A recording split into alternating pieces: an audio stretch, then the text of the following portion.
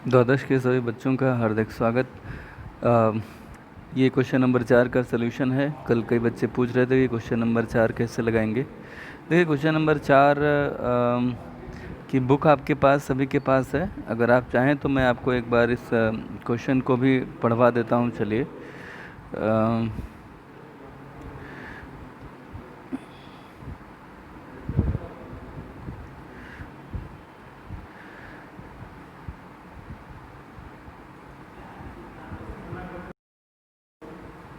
देखिए question number 4 हम लोगों को अभी पढ़ना है, जिसका सलूशन मैं आपको अभी दिखा दूंगा, समझा दूंगा अच्छे से।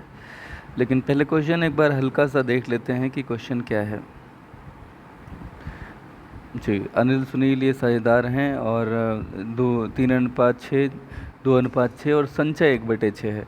तो सबसे पहली बात तो ये जान लीजिए कि जहाँ पे ये संचय का केस हो वहाँ पे ट्रीटमेंट क्या करते हैं। तो इसके लिए आपको ये समझना होगा कि दरअसल ये 3/6, 2/6 और 1/3 है। अगर हम इनको अनुपात में लिखें तो हम कैसे लिखेंगे? हम 3:2:1 लिखेंगे। अब हम ये जानते हैं कि एक ये संचय का है। अगर हम इस संचय को एलिमिनेट करें तो ये क्या बचेगा? 3:2। तो दरअसल अनिल और सुनील के बीच में जो अनुपात माना जाएगा वो 3:2 होगा। और अगर हम हिस्सा जाने तो हिस्सा अनिल का 3/5 माना जाएगा और इसी तरह से सुनील का हिस्सा जो होगा वो 2/5 माना जाएगा।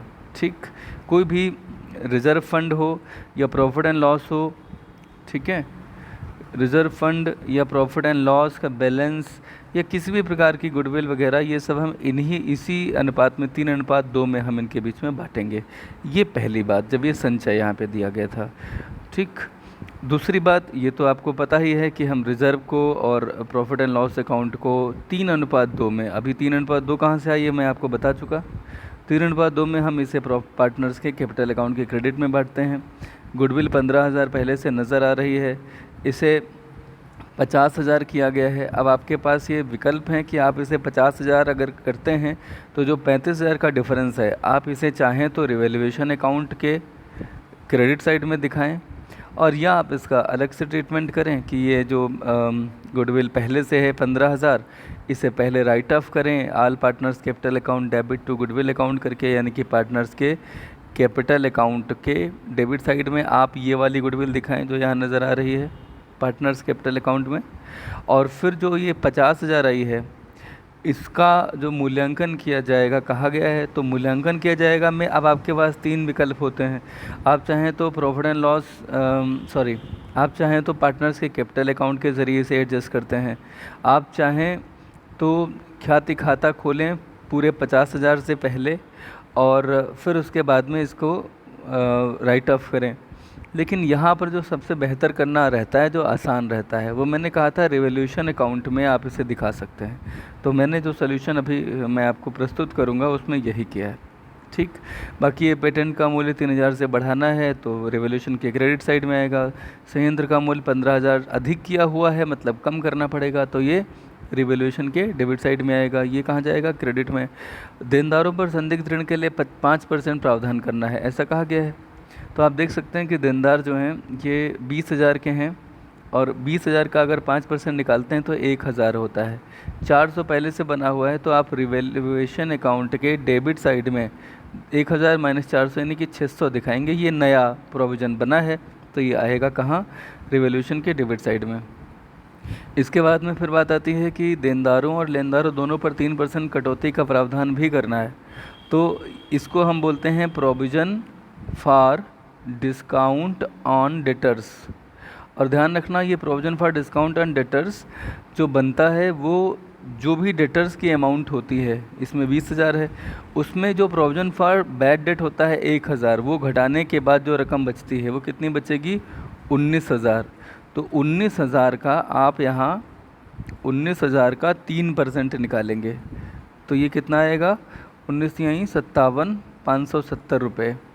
ठीक है, 570 रुपये का ये प्रोविज़न फॉर जो डिस्काउंट एंड डेटर्स बनेगा, इसको कहाँ दिखाएंगे? रिवॉल्यूशन अकाउंट के डेबिट साइड में। और जो लेनदारों पर 3% कटौती के लिए प्रावधान बनेगा, इसको हम क्या बोलेंगे? Provision for discount on creditors. क्या बोलेंगे? Provision for discount on creditors. और ये कितना आएगा? क्रेडिटर्स की अगर आप रकम देखें तो ये कितनी है? क्रेडिटर्स की रकम है 10,000। 10,000 का 3% निकाल लीजिए, कितना आएगा? 300। ठीक है, ये कहाँ जाएगा? रिवैल्यूएशन अकाउंट के क्रेडिट साइड में।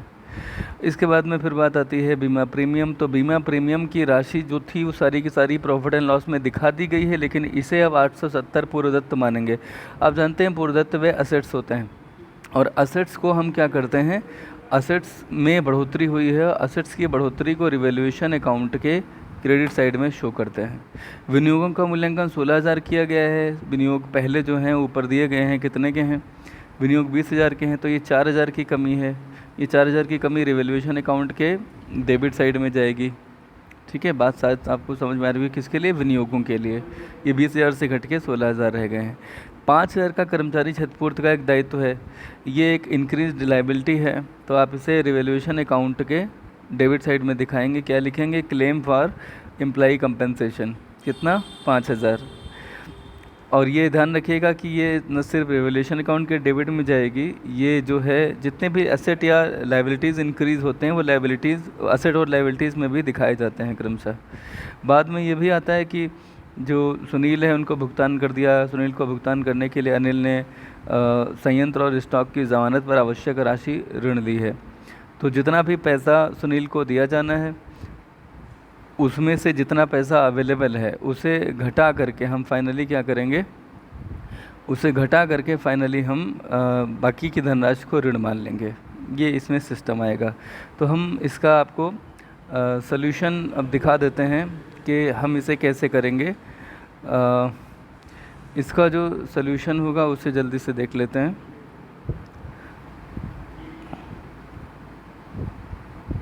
सॉरी, देखिए सॉल्यूशन में आपको मैंने बताया है कि क्वेश्चन नंबर 4 का सॉल्यूशन, यहाँ पे सबसे पहले मैंने आपको ये बताया था कि क्या क्या करेंगे। गुडविल का 35,000 यहीं पे दिखा रहे हैं रिवैल्यूएशन में। पेटेंट बढ़े थे 3,000 से, वो दिखा दिया था। Provision for discount on creditors जो है 10,000 का 3% 300, और प्रीपेड इंश्योरेंस जो है वो 870। इंक्रीज इन असेट का केस है। मुझे लगता है कि ये आइटम्स आप समझ चुके होंगे। अगर आपको अभी ये ना समझ में आए तो इससे पहले जो मैंने क्वेश्चन को डिस्कस किया था उसे देख लीजिए, आपको बिल्कुल समझ में आ जाएंगे। प्लांट में कमी हुई है 15,000 की। Provision for bad and doubtful debts 600 के कैसे आएंगे बता चुका हूँ, फिर से देखिएगा। 1,000 होना चाहिए, 400 पहले से हैं तो 600 आएगा। Provision for discount on debtors 20,000 के थे, लेकिन 1,000 का प्रोविजन के बाद ये यहाँ पे आ जाएगा 19,000। तो 19,000 का 3% 570 आएगा। इन्वेस्टमेंट 4,000 आएंगे। एम्प्लॉइज़ कंपनसेशन फंड 5,000 आएगा।